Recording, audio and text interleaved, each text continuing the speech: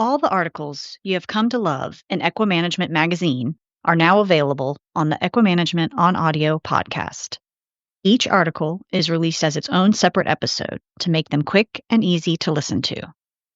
Just search EquiManagement on Audio on your favorite podcast player to listen to all the latest articles. New opinions regarding free fecal water syndrome. Horses affected with free fecal water syndrome, also called free fecal liquid or free fecal water, void feces in two distinct physical phases: a solid phase comprising normal fecal balls and a watery liquid phase. Affected horses might void the liquid phase with the solid phase or separately. In some horses, however, free fecal water syndrome might present with a lack of normal fecal balls, instead resulting in soft feces with a cowpat-like consistency.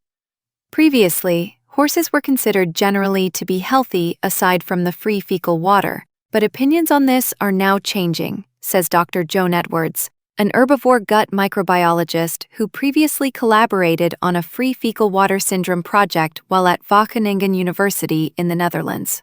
Free fecal water syndrome used to be seen primarily as just a management issue. Healthy horses with dirty bottoms and tails. It was typically only considered a clinical matter if there were skin-based issues secondary to the constant wetting of the skin. In 2021, Edwards and a group of researchers, including Dr. Nanna Ludersen and Dr. Louise Lauston, published a study in which they examined the intestinal microbiomes of horses with free fecal water syndrome. The S in syndrome indicates that we don't really know what is going on with these horses, says Edwards. The Danish equine veterinarians that instigated the project, Ludersen and Lauston, now believe that free fecal water syndrome probably isn't a condition in itself, but rather a major warning sign that all is not well with the animal. Other signs of free fecal water syndrome. Reported clinical signs in the literature in animals suffering from free fecal water syndrome include signs of colic, irritation when voiding feces, such as nervous trampling of the hind feet and extensive tail swishing, a bloated abdomen and abdominal sensitivity, lesions on the skin around the anus and inside the hind legs, and a dirty tail. Looking for the underlying cause of free fecal water syndrome.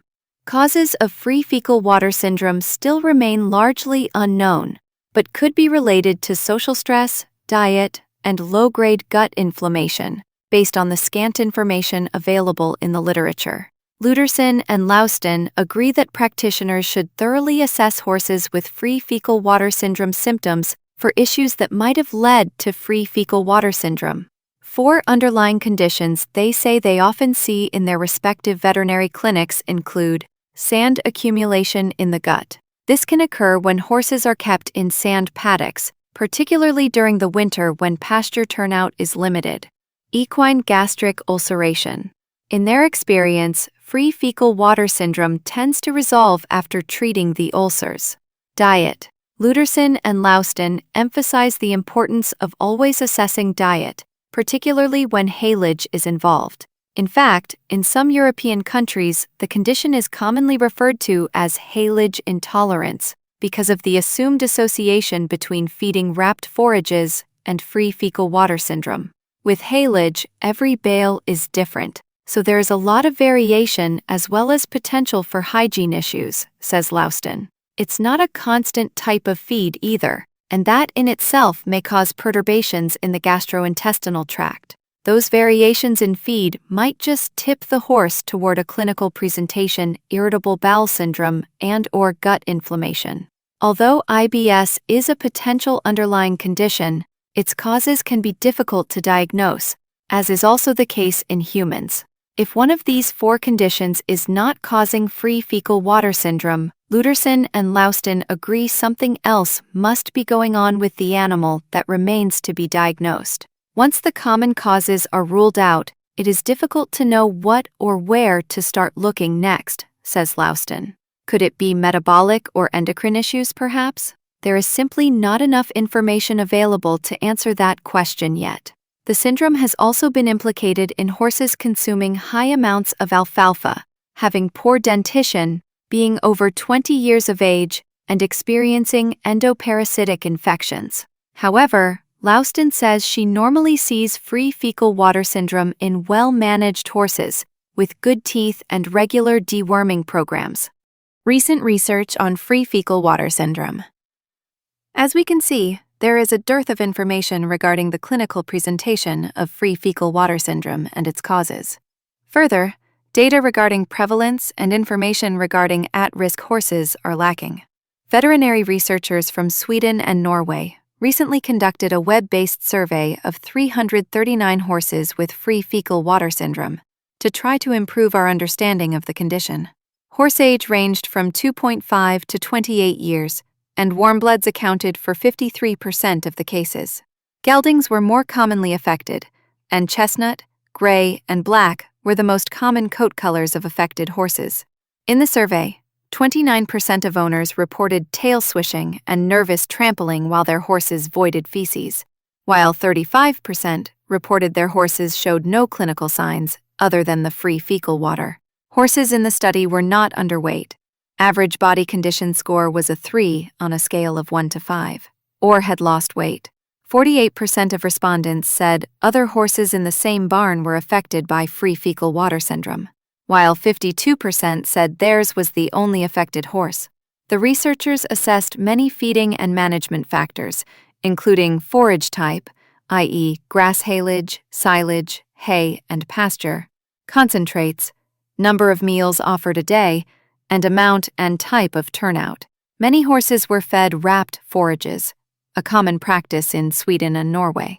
And while some owners indicated free fecal water syndrome decreased when switching from wrapped forages to hay or pasture, this was not true for all horses. In fact, 25% of horses improved upon changing batches of hay or changing from hay to wrapped forages. Thus, the researchers concluded the occurrence of free fecal liquid cannot be generally attributed to feeding wrapped forages, and feeding strategy may be of importance, but cannot solely explain the presence of free fecal liquid. Interestingly, the researchers noted, 23% of the horses with free fecal water syndrome had a previous history of colic, which is higher than the colic incidence reported in other healthy horse populations. They did not present an explanation for this observation, but suggested free fecal water syndrome could be a generic symptom from several different conditions of a similar nature. The number of clinical signs during a free fecal liquid episode could also depend on the severity of the condition, which could not be assessed in this study, they added.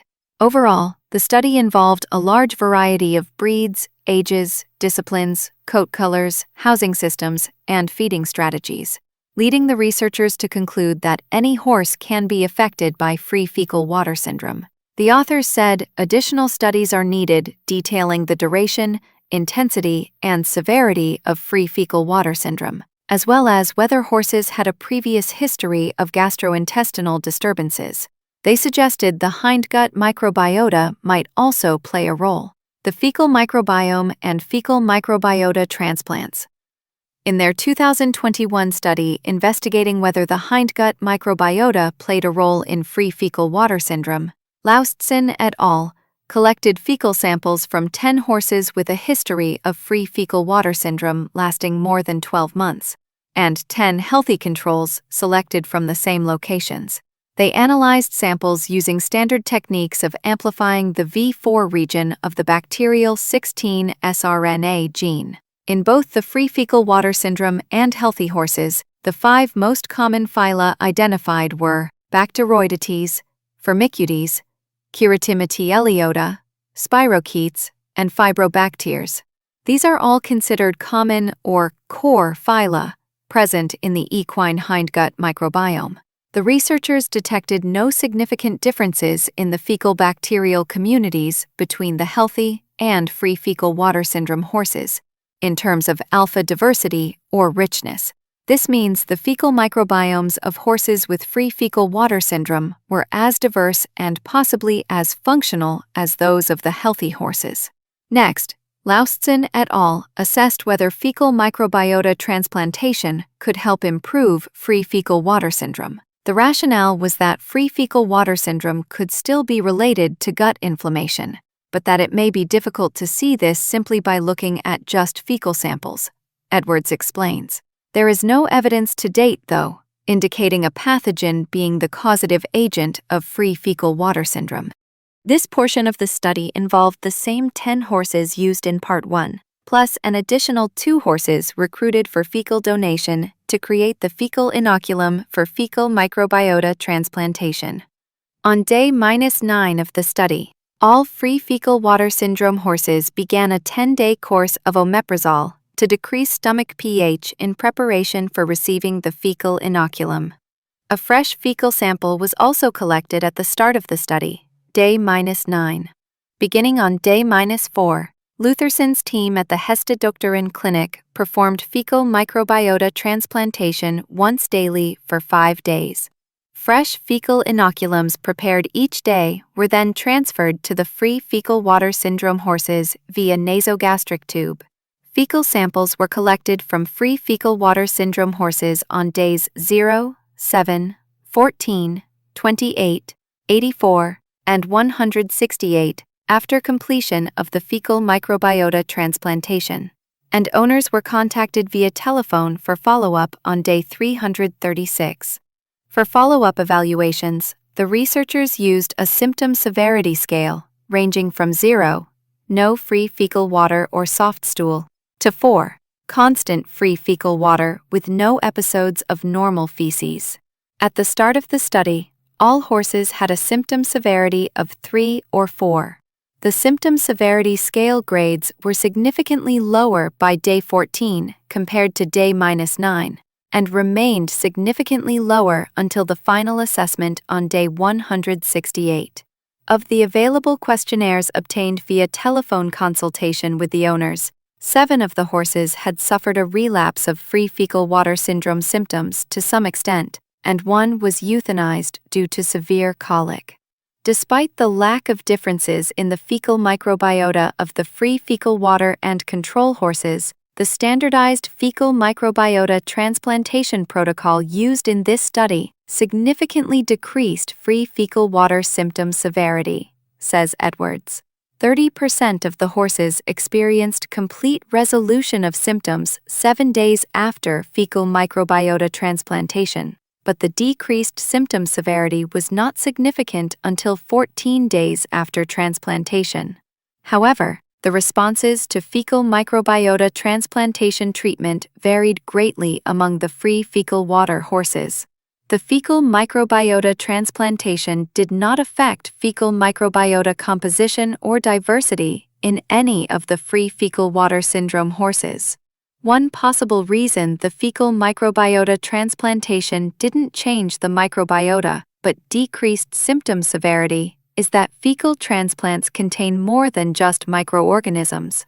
The fecal inoculates also contain microbial metabolites, and it is possible that alleviation of the free fecal water syndrome symptoms was instead influenced by the effects of the metabolites, such as volatile fatty acids, Edwards explains. For example, butyric acid is known to enhance gut integrity, minimize inflammation, and alleviate leaky gut-related issues.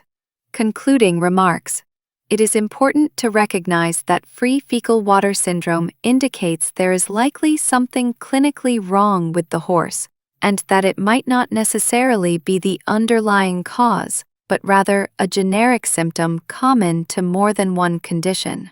If an underlying cause cannot be identified, then consider monitoring the animal over a longer time period and exploring supportive therapy options, says Lutherson. In this context, fecal microbiota transplantation may be valuable to try, due to there being evidence supporting its potential to alleviate the symptoms of free fecal water syndrome.